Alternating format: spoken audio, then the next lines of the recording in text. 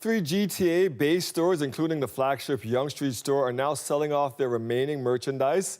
The stores were among 6 that had been spared from the liquidation until now. Clara Pasica joins us from the Bay's downtown location. So, Clara, what's happening there? Well, Dwight, people inside this store seem to be really buying up the umbrellas with those iconic, colorful stripes. Other people just looking for a deal. You know, I saw a family there calling each other over, seeing there was 70% off at some of the jewelry. There wasn't really, a lineup out the block to get into this. I wouldn't exactly call it a door crasher event. However, I did have the chance to meet one woman who I'm going to call a bit of a Bay super fan, and I really want you to meet her too. Have a listen. I was really hopeful when I heard, 6 stores are going to be left open. And I thought, okay, good, I still have the Bay I can go to. And then yesterday, my cousin called me and said, it's closing, they're closing.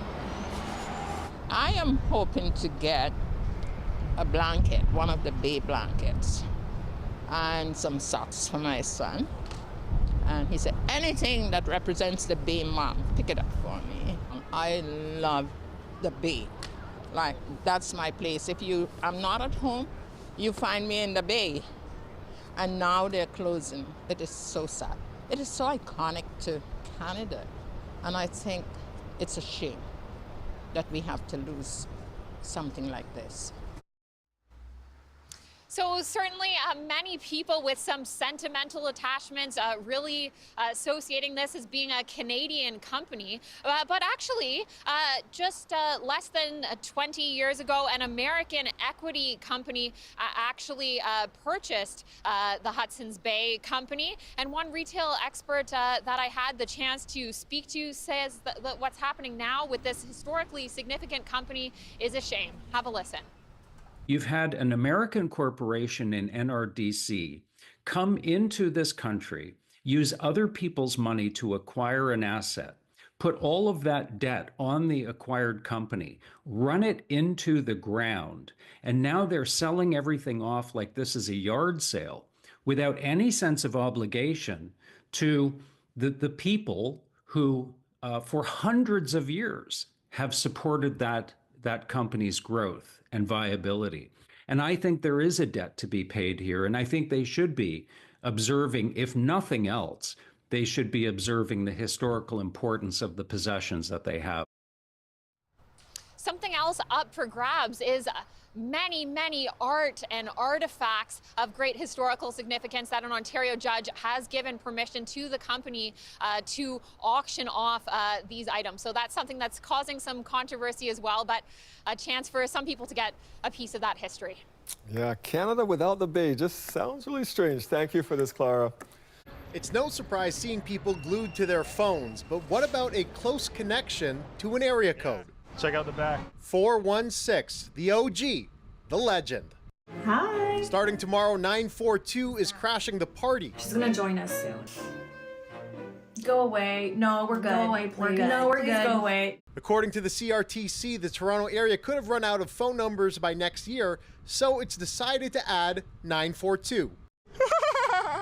Nah, that's impossible.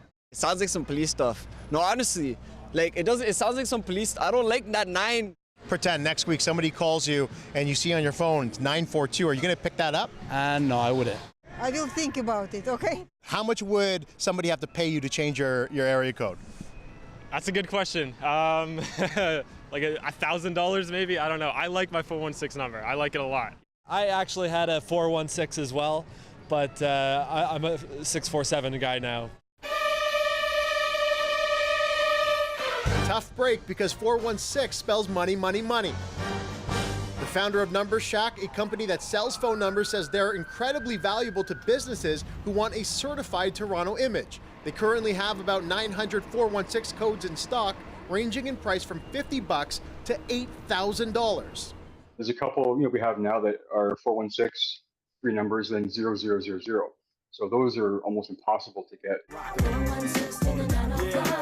Not much screams Toronto like 416, thanks in part to Toronto hip-hop legend Maestro Fresh Wes, and emphasis on the 6 thanks to Drake. You used to call me on my cell phone. Those old school codes not only offer credibility and authenticity, but a 6 can be an extension of self for Torontonians. Our phones are more than just tools that we use, but really kind of a way to express our identity. Just remember, though, if you get a call from a 942 number, it's real, even if it's unspectacular. Dale Minukduk, CBC News, Toronto. This is the laser that projects the line over the rail to paint it with just a straight line. Jason McCarthy is in Toronto to help the TTC with his company's tech, a combination of lasers and cameras attached under a train, which will be deployed next week to help find issues in Toronto's track network. The camera and laser pair look down at the rail, laser projects a line over the rail, and then the camera looks at it. The camera is calibrated to give an image, measured image of the rail outline. All the data it collects is monitored above it in a makeshift office inside the train. So we can monitor it as it's going across. We can see if there's any problem areas. So this is what the rail's supposed to be shaped like. And then the green is what we're actually measuring underneath the vehicle right now. The survey will find issues like track misalignment, which may be small, literally millimeters, but they have a big impact on riders. The dreaded slow zone, where cars need to creep down between 15 to 25 kilometers per hour. An extra minute or two added on by each slow zone might not sound like a big deal, but you have to consider that, for 1,000 people on a subway train, 20 subway trains an hour, that could impact hundreds of thousands of riders each and every day. At its peak last year, Toronto saw around 35 slow zones. My apologies do go to the customers because we totally appreciate the inconvenience that it does have. I will say, though, that this is meant for safety. We need to maintain the track to the appropriate industry best practices standards. Advocates say other cities like Boston have figured out how to get rid of slow zones, and the city shouldn't let them become the new normal. But that would mean disruption.